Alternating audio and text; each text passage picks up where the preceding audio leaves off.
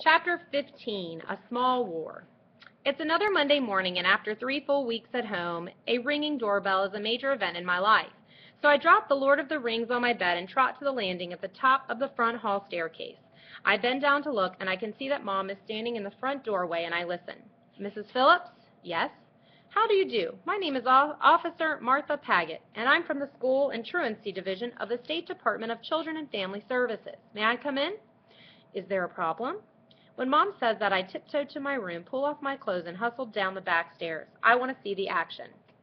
By the time I get up to the front of the house, Mom is still standing squarely in the doorway.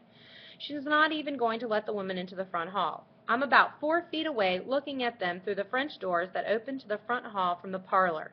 The woman is shorter than Mom. Most women are. She's got a narrow face, and her brown hair is pulled back into some kind of twisty thing. Thick lenses in her wire-frame glasses make her eyes look big.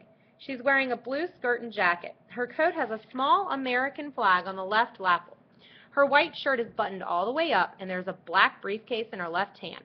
The lady is smiling, nodding, talking, and Mom is listening, trying to look pleasant. Her arms folded across her chest. So naturally, there's some concern about Bobby. I'm sure you'll agree that 3 weeks is an uncommonly long illness. Since the school has not received a note from a physician, we've been asked to make a visit and simply verify that Bobby's on the mend and that everything's fine at home. So this isn't just a chat. This lady wants to see a body, my body. I can see the wheels spinning behind Mom's eyes. She's smiling, and it looks like a real smile, but I know better. That's her "I'm just barely not ripping your head off" smile. Raising her eyebrows, still smiling, Mom says, "And you believe you have the authority to march up my front steps and into my home and ask to see my sick child? Is that what you're saying? Do you have a search warrant?" This social worker doesn't know Emily Colton Phillips. For example, she doesn't know that Mom got pushed around by Chicago cops when she was 18 during the 1968 Democratic Convention, and Mom pushed back. I've seen the news footage. Then 2 years later, she chained herself to the door of the university president's office, and she stayed there 6 days until he promised to hire more women as professors. The lady looks up at Mom. I can see her stiffen and tighten her grip on the handle of her briefcase. She keeps smiling too, but I can see it's just a mask. I'm looking at a small war between 2 smart women.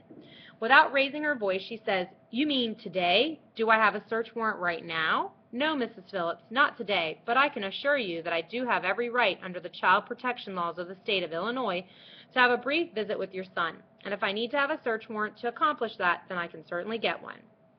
Mom waves her hand as if to whisk away the idea.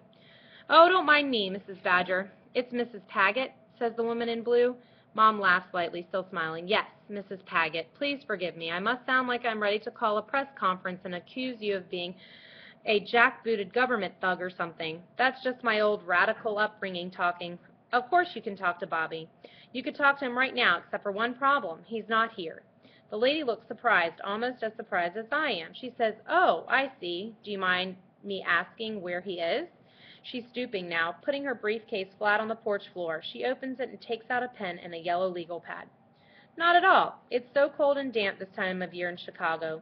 What with his illness and the accident and all, Mr. Phillips and I decided that some time away would be good for Bobby. He left Thursday to stay with a relative in Florida for a month or so." Mrs. Paget is surprised again. "Florida?" She's standing up now, writing.